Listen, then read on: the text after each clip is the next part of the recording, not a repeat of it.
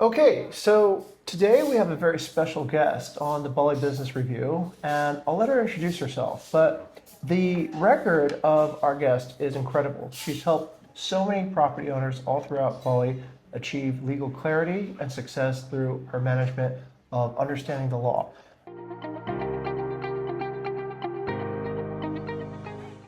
Ibu Sari, welcome to the Bali Business Review today. Thank you, Pak Jing. Thank you. It's a pleasure to be here. Pleasure to have you. So, Ibu Sari, could you quickly introduce to our audience here a little bit about your professional history, clients that you've helped before, and how you're making impact in the Bali real estate industry? Thank you, Pak Jing. So, my name is Sari. I'm from Canggu.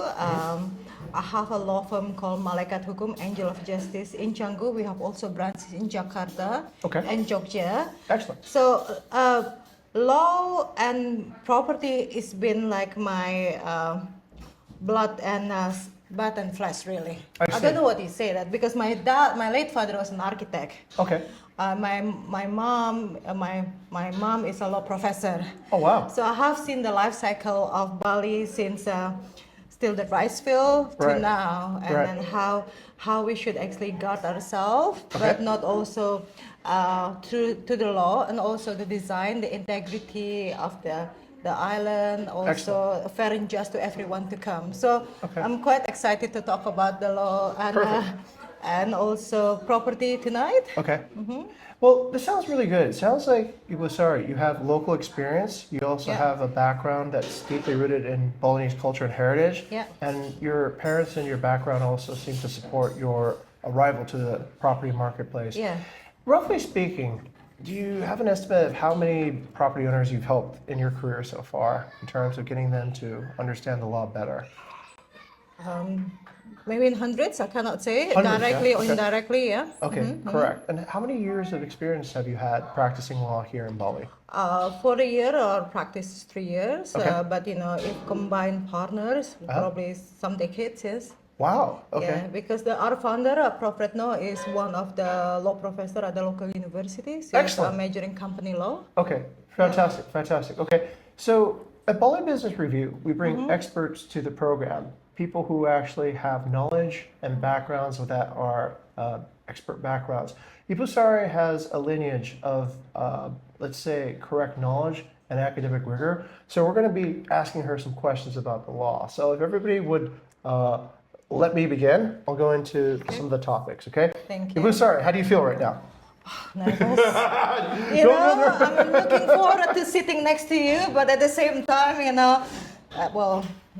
say maybe you are used to this, but for me it's like I'm used to always talking to cameras. I vlog. I'm your capable hands. Okay. Yes. Okay. All right. Well, we'll get into it. I'll make it comfortable for you. Thank you. All right. So we got a list of questions. There's let's see, 6 plus 8 plus 3, so that's almost 17 questions we have for you today in 3 major categories. We're going to ask the first 6 questions will be about ownership and legal entities. The next 8 will be about licensing and permits, and then the final 3 will be about taxes and reporting. So we'll go through each of these in step by step, right? So here's the first question. Could you bring us through step by step? What is the process, the legal process that foreigners have to go through in order to buy or build a property in Bali? Okay. Step by step, well, this is a long step. Okay. But to acquire property, whether that's a land or a building, it's important for you to do the due diligence. Due diligence, okay. Let's just talk acquiring land here. Okay. Okay, first of all, to buy a land in Indonesia, you cannot just buy directly. You cannot buy directly. You have to have like a limited company, like it's joint venture called PTPMA. Okay, you have to have a PTPMA in order to buy land legal in Indonesia as a foreigner. Or to have a KITAS. Or have a KITAS. Yes. Okay, and a KITAS is what exactly, and what is a PTPMA? So, for example, I'm from Australia and you employ me, so I have a working KITAS. Okay. Yeah. So KITAS for our audience is a Indonesian government granted work permit. Yes, correct. And a PTPMA, for those that are not familiar with the acronym, what is it? It's a joint venture. Well, it can be 100% owned by expat. It's a company which is half an expat or wholly owned by expat. Oh, understood. Okay, so basically an expat would partner with a local Balinese person in order to have this company? Or no, No, or wholly okay. also. Oh, wholly Yeah. owned by the foreign Wholly couple. owned by the foreigner. Yeah, you need to do Okay. two people Okay, got it. to own this. So it's like a limited company, A limited basically. liability Yeah. company. Okay, perfect. And all right, so after you get the PTPMA or Yes. you have a KITAS, what is the next step involved in the process to buy or build a property? Okay, sell land. Sure. Okay, so you have a site of this land. Okay. And then you need to do due diligence. Very Okay. important to do due diligence. It's good to have it. For example, you have a lawyer engaged here. Of course. So they can check in the permit department, zoning, and everything Correct. else, and also the local people as well to give Excellent. you some feedback. Okay. Because some of the step is quite straightforward, but due to language and also not everyone's privy at law. Okay. So it's good to have a lawyer and also due diligence. And with that due diligence, you make decisions Okay. whether to acquire it or not. I have some fun questions. So this is going to get into maybe some stories and maybe Okay. war stories that you've had, which is what are some of the most shocking discoveries you made during due diligence that, let's say, reveal there was underlying issues with the property? What are some things that you've discovered that surprised you? Well, during due diligence? the landowner blatantly lies, not in the green zone. Oh, okay. All right. So until we have to basically have the map and then Okay. have like the permits on, go to the department to show it's in the green zone. Okay, got it. So it's important not just to take, what the seller say, but actually check the facts. Double check the facts Yeah. to make sure that it's correct. Okay. And also other shocking thing is land owned by a lot of people. Right. There is Like a not collective ownership, Yeah, right? there is Okay. not even the heir who Right. owns this land and everything because Okay. used to be a farming land before. Understood. But hasn't been like put it in the deed, like hasn't been like legalized as belong to the family. Understood. Because remember Indonesia independence 1945, Correct. and then the land law in 60, Right. the land reformation. So some of the land hasn't actually have the deed. Oh, So, understood. Okay. Yeah, so that should go to the process. Yes, Understood. being recognized by the village Okay. official too, and Okay. there's a government process, but that could take some time. Understood. Okay, that's a really interesting insight because Yeah. what you're telling us is that a lot of this structure is sort of like pre-legal, right? It was before there was any formal legal system, and it's Yeah. still okay. Is there a term for this? Is it like casual land ownership or traditional land ownership or village land ownership? Is there? Oh, still some in Bali. Okay. A lot in Java. Okay, got it. You see, you can basically see the progression of the land ownership. Okay. Okay. So the due diligence is pretty critical to reveal if there's any, let's say, underlying uncertainties about who owns the land and how many people own the land and the Exactly. zoning rights too as well. Yeah. And no, also to ascertain the owner of the land. Oh, to actually figure out who the actual owner is. Whether the ID is fake or not. Oh, really? I'm not okay. joking. Okay. So all right. basically, the notary will have all the information in front of him, Okay. but not necessarily checking. So we Okay. actually check the villagers, Right. and everything. We really do the Private due diligence. investigation. Okay. Yeah, we have to. Okay. Understood.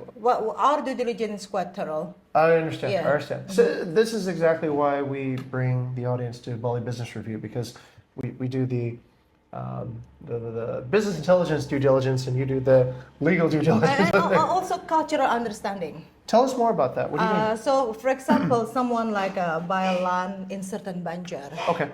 Say this Banjar is some area, I'm not going to say in Bali, there's a lot of holy land. Okay. Got it. So we need to give the cultural understanding that probably there's going to be ceremonies, Okay. and then your land's going to be passed for like every full moon, and how to bridge and to have the community involved as well. Okay.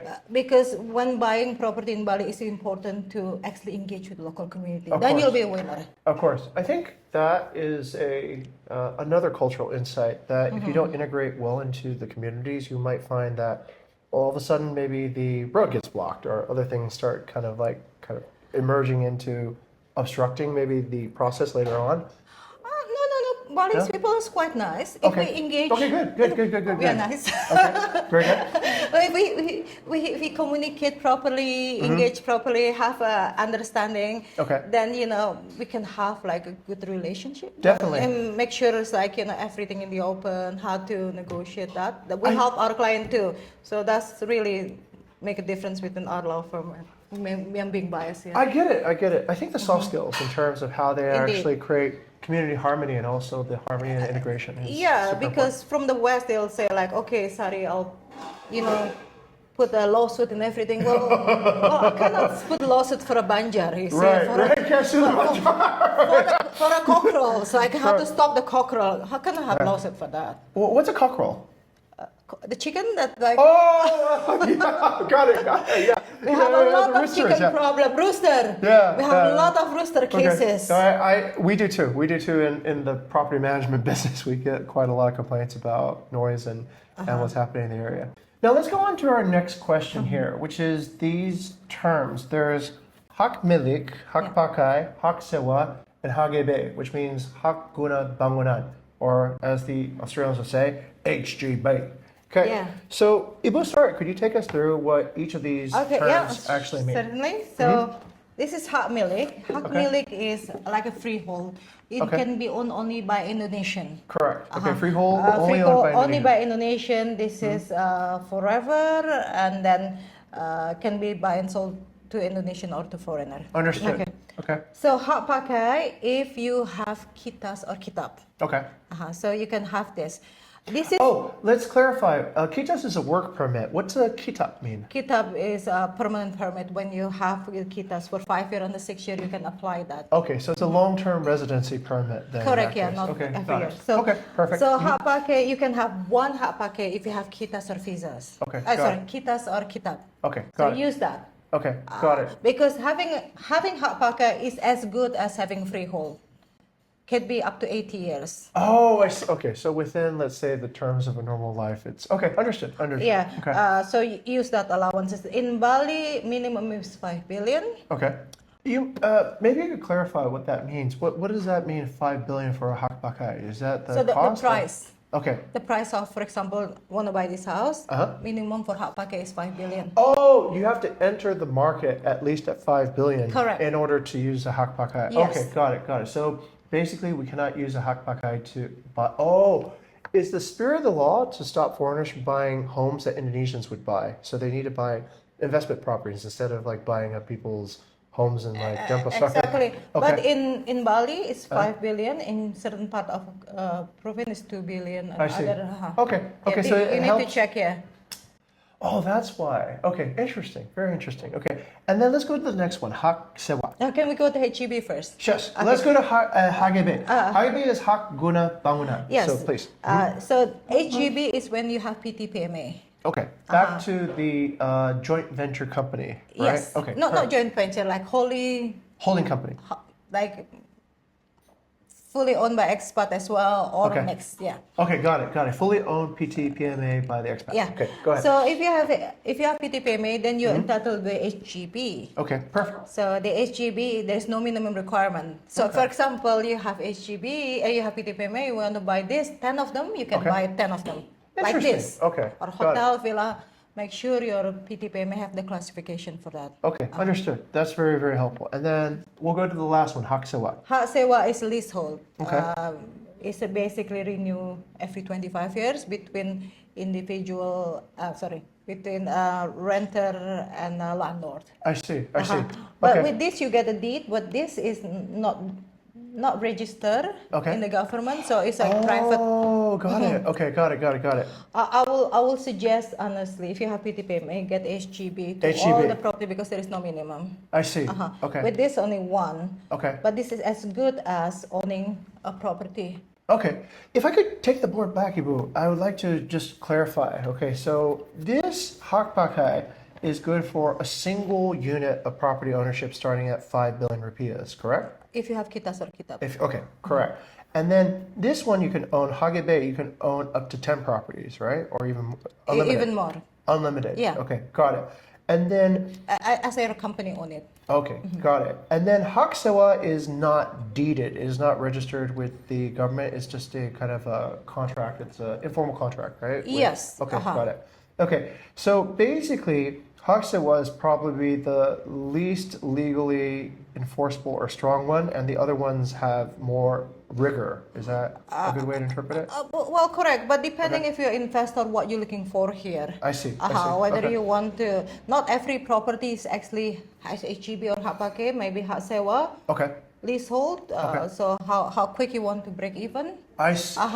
Whether location. Right. Okay. But what I could say, if you like a property, say I really like your house. Correct. Hawaiian house. Correct. And then have Hak Sewa. Okay. And then just have the conversation along the years if she wants to put it HGB. I see. I see. To secure that in. Okay. Yeah. So develop a sounds like dating.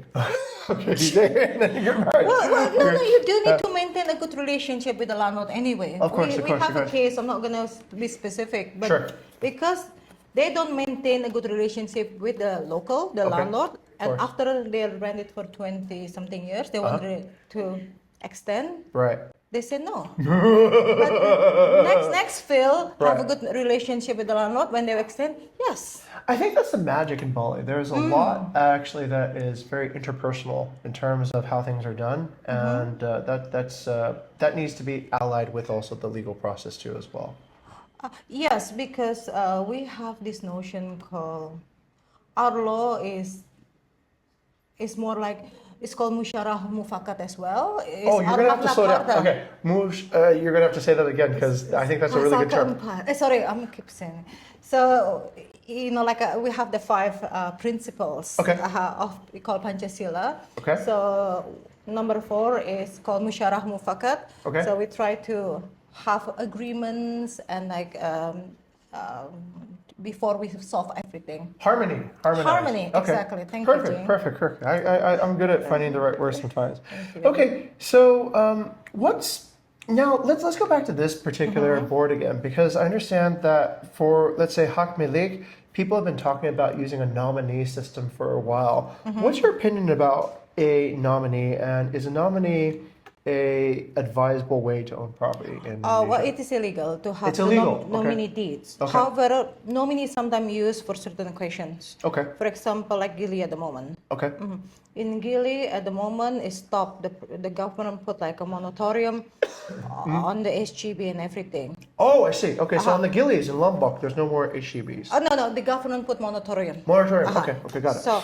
So people that get caught in this, whether they like it or not, they use nominee. I see. But we use it like a different agreement for like more like someone borrow money. Okay. And we put like a mortgage on the land. Right. It's a collateral for. Okay, got it. Indeed, it's not very safe, but we have to use it if in the situation like that. Got it. Okay, so basically a nominee agreement should be used in sort of a transaction where you're borrowing money against, let's say, collateral. That's the correct way to use it. It's not recommended, but for last measure. Okay, got it. So what should be recommended are the other options, down the line. Yeah. Okay, good. That makes sense. Okay, all right. People have asked, can a foreigner buy property under an Indonesian spouse's name? Like, what needs to be considered legally for that? Oh, that's called Prenup and Postnup. Oh, yeah. Have you got your Prenup? Have you got your Postnup? I did a prenup. I'm still married after 18 years, so hopefully no Postnup needed. But okay, well, tell us about that. Okay, Prenup is actually, as I say, Prenup is separation of assets. So asset being brought before the marriage. Okay. And Postnup is, for example, expat couples and then the wife buy the property. Okay. And then they can buy, but when they sell, they need a postnup. What is a postnup? What can you explain the mechanism? Postnuptial agreement after the marriage. Oh, so it's a divorce like a prenup. agreement. Okay. So you can only sell it after the postnup agreement. I still don't understand. So what it means is a postnup means that after you're married, like you're already divorced and then you get a postnup? Or? Yeah, so you married, right? Yes. And then I you think so. decided to buy a land. Yes. You can buy the land. Why can buy the land? Okay. But when they sell it, then you need a postnup. I see. So Okay, okay. separating the asset, not Right. So so there is like advantage or disadvantage as well with prenup and postnup. Tell us about it. Well, it could be the wife assets. Okay. But sometimes how we do this is actually there is the postnup prenup, but the property, the land belong to the wife, but the husband have the lease of the land. The wife then becomes the landlord. So if they want to get, you know, worst case scenario party, Separate, divorce, then they then you know there is things that put them together. Okay. Bind them together. So you renting the land, she own it. That's funny. Okay. So who's on top here? Always a way to secure longevity in a marriage through business or through legal agreements. Okay, great. Let's talk about. Okay, so there's a question that's a little bit out of order, so I'm going to jump into the Pondak Wisata. I recently just had a friend of mine ask, well, how do you get a Pondak Wisata? What does it cost? And why is it so hard to get a clear answer about a Pondak Wisata? Is there a formula for calculating the cost and also the length of time it takes to get a Pondak Wisata? Why is so hard to get Pondak Wisata? It's actually not hard. It's not hard, okay. But you know, what people doesn't realize, for example, they enter the agreement and the landlord, the lands is belong to the landlord, yes, obviously. But you just need to have all the paperwork ready for the landlord to agree there will be Pondak Wisata and this and that. Okay.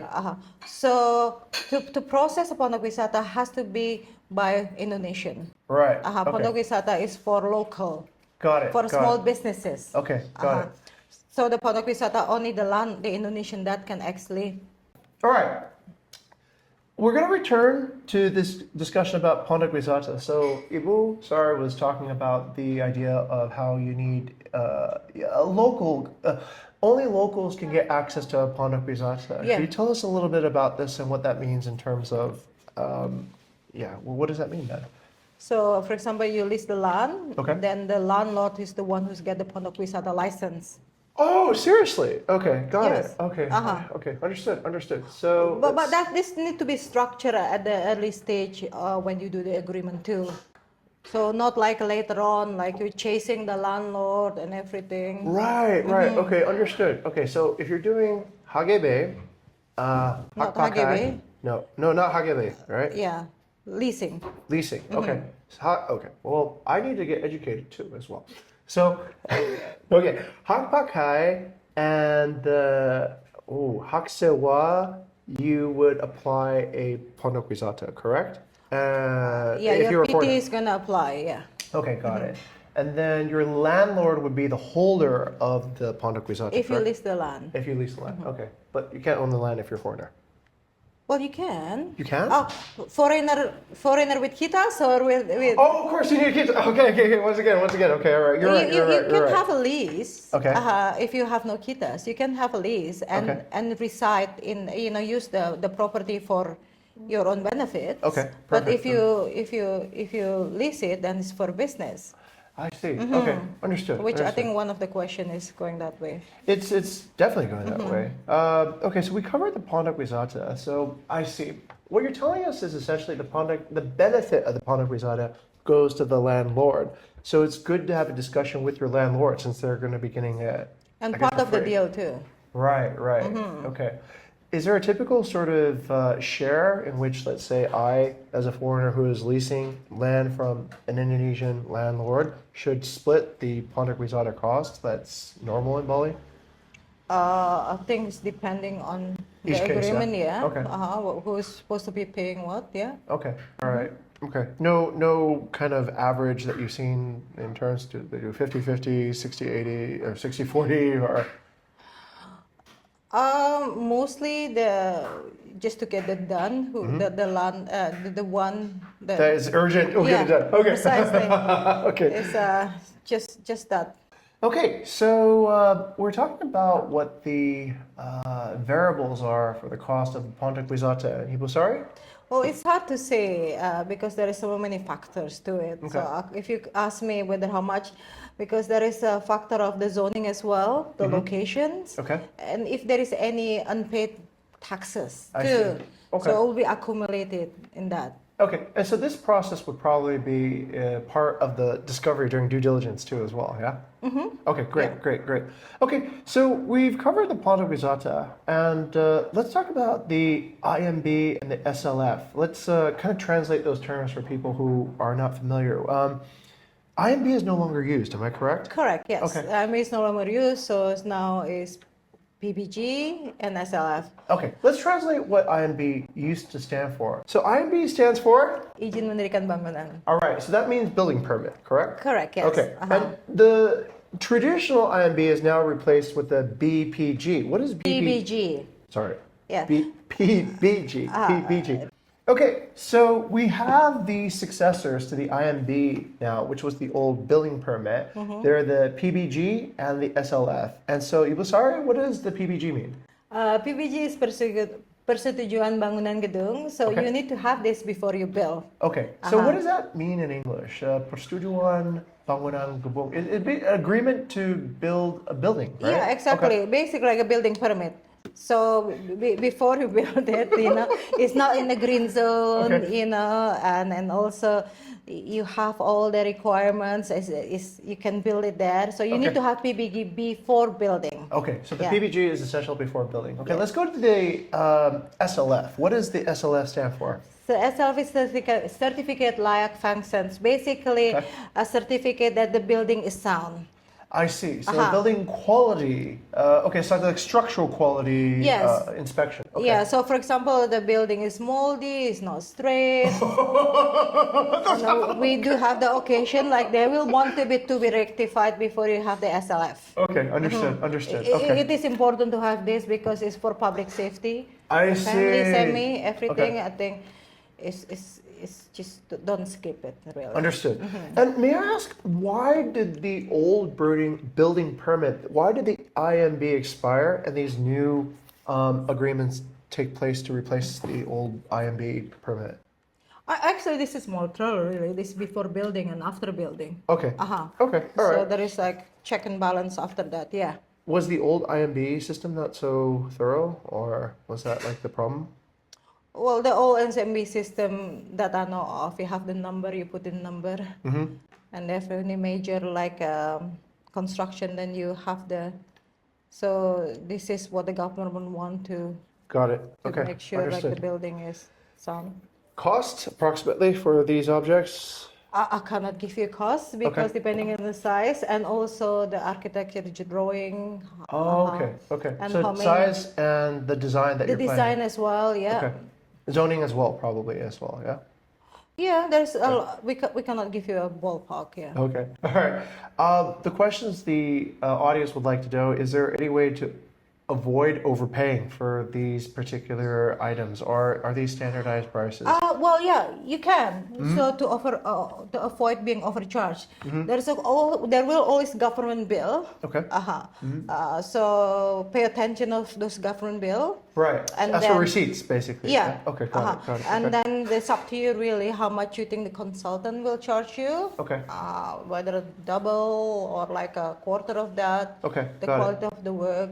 Got it. So the consultant generally charges a percentage over the actual cost of the underlying cost of the certificates, yeah? Well, not necessarily too. Okay. Depending how you Negotiate. negotiate. Yeah, that's why it's good to know the government bill too. Okay, got it. So, So you have you a can- benchmark for comparison. Yeah, indeed. Okay. So Cool. All right. Now we have a step-by-step through the entire process, right? So the first is a PKKPR, or in English it's a PKKPR. So Ibu Sari, what is a PKKPR? What's a PKKPR? PKKPR is prerequisite before PBG. Right. That you need to also have the certification for like how tall is the building and what's the usage for. Is this the same as a building survey or a building inspection or a purpose or a vision of a building? Yes, Okay. something like that. So it cannot Okay. be taller than coconut trees. Right. And is this something that you need to In ask the Bali, that government is- to do, or you submit to the government? We submit to the government. Okay, got it. So it's a declaration of the purpose of the building. Yes. Okay, I think I get it. That's- Yeah. For the PBGs, that's the required before we have the apply for the building permit as well. This is the application for a building permit. Yes. Okay. As prerequisite. Okay, understood. Okay, all right. Fascinating. Now we have some clarity on those steps. Oh, about enforcement. We're talking about what does the law do? What is the enforcement over making sure that SLFs and all these are okay? So what do you know about that? Well, in the past, historically in Bali, they do not demolish the building. They don't put like a hold on, disita itu bahasa Inggrisnya apa? They don't take over the building. Right. They don't seal the building. Thank you. Seal the building. This is quite Bali phenomena. Okay. In another part, they demolish and seal the building. Okay. However, the government is tightened up now. So we always suggest, we always ask our client to make sure you have everything. Okay, at your own risk, basically. So I guess the culture in Bali is a little bit more tolerant. Usually, no sealed or demolished properties. But the laws are getting tighter. Okay. Yeah, the law is getting tighter, and I think it's good because SLF is very good. Also, make sure the building is sound. Correct. Well, it seems like a very good practice. I mean, it's just better for the community, especially for public building. Of course, no doubt. Okay, excellent. So we're getting to almost the final 5 questions, and we're moving from licensing and permitting to taxes and reporting. But in order to verify and do the due diligence for whether or not a area can actually be built on, whether it's correctly designated for tourism, Ibu Sari, what is the work of the PUPR? Pekerjaan Umum Perumahan Rakyat. So in English, please translate it. I guess this would be, let's say, the general works and for housing for the people, right? So I guess that would be housing and urban development in the United States, or basically the land zoning and planning department from the government. You check it from there, yeah. Okay, correct. Okay. A lot of times I find that a lot of our audience, they just need a benchmark for what the equivalent is in their own culture too. And so when we use that, they can understand. Thank you, Jing. Yep. Absolutely. Okay. What's the difference between buying a villa fully licensed versus with permits in the process? Fully licensed, you have all the license, permit in the process, then probably can pass the process or cannot. Oh, I see. So there's uncertainty whether or not it there is becomes uncertainty. legally. Yes. Okay. I would get fill out with the permit. Okay. Or put something, aside if the permit is not, being granted. Okay, got it. So if you want safety, then you should get the villa with, let's say, the permits already there. In place, yeah. Right. But oftentimes what I find, Busar, is that owners are, because they want to save time, right? They want to actually benefit from time. So they want to run the process too as well. Do you see any drawbacks in this? Is this a risky strategy, or do permits eventually arrive when they need to arrive? Well, this is again, it's wrong from the start already. Actually, if people manage expectation, like to do PBG, SLF, that's 6 months. Actually, in Bali, it's quicker than, say, in the UK, which is probably take 2 years. But there is uncertainty into informations and everything, so people want to cut corner maybe, but if you have it correctly from the first place, then you should have those. Interesting. So let's say an owner should probably start this process maybe 6 months before they actually finish the building, right? That would be like just in time so that they're. Well, they should actually start it when they interested in the land, and then have for the PBG. Right. As I say in Java, if you don't have PBG, you cannot build. Understood. This is really Bali phenomena.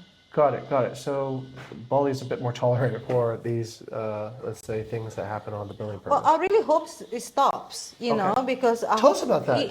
Because, people before they build, they should apply for the PBG first, and that's being granted, and then after that finish with SLF. So I hope people follow the process, not having this expedite this, expedite that, that's actually also ruining the system too. I think so, yeah. It creates a lot of noise in the system, and it makes it also hard to administer and govern when people have their own ideas of what legal means. Okay, well, this is why we talk to experts, so that's why we're speaking with Ibu Sari here.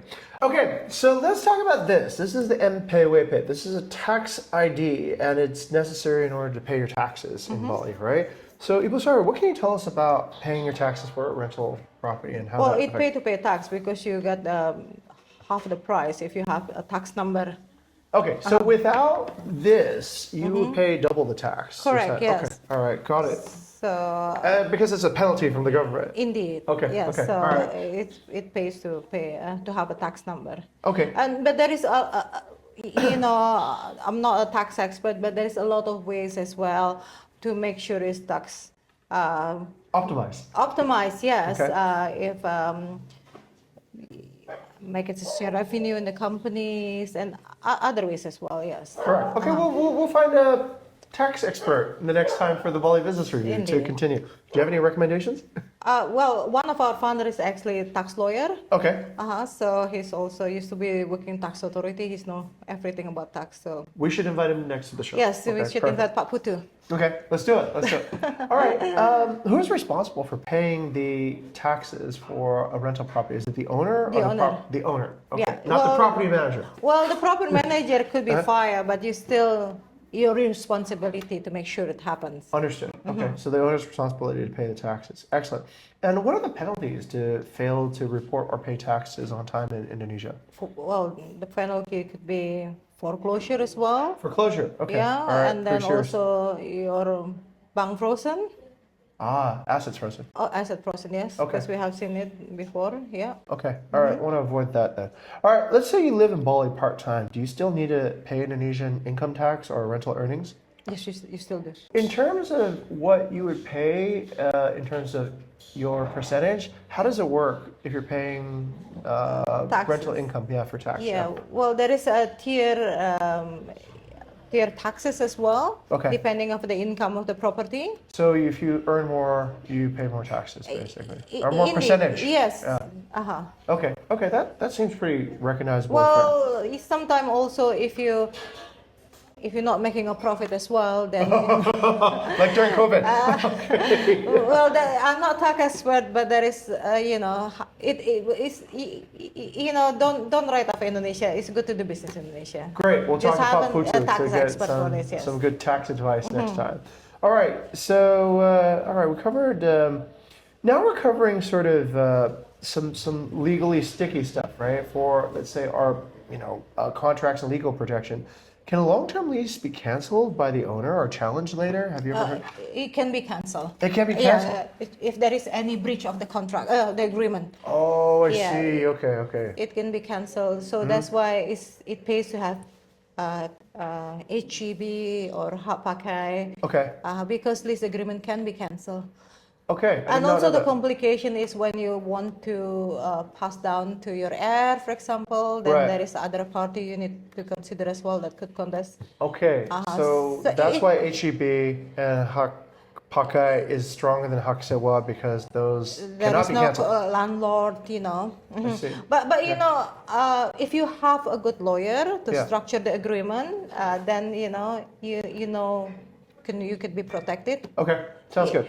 You know, always like when you make agreement that what's your exit then as well. Of course. of And course. if there is anything, how you actually executed that, Okay. the agreement. All right, sounds good. So get a good lawyer to consider how to protect your best interest in order to Yeah, not get, there is some aspect as complications. well, logistically as well. For example, if the company, your contractor in Jakarta, Right. then you have to sue them in Jakarta. Oh, right. You know, and then if someone like the contractor, not segregating people here, Right. but that's something that you need to consider as well. Okay, got it. So, okay, there are some complexities with taking in litigation because you have to go to the jurisdiction in which the person is based Yeah. in. Okay.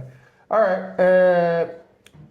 How enforceable, I guess, are contracts with local partners or builders coming into that? Like, it does sound like there's maybe extra effort you have to go through to enforce the Well, contract. due diligence, really. That's where the key is, right? Yeah, Okay. ask for the company documents and their portfolio, and actually talk to people that Correct. work with them. That's very, very important. Got it. And Because let's us check their IDs as well.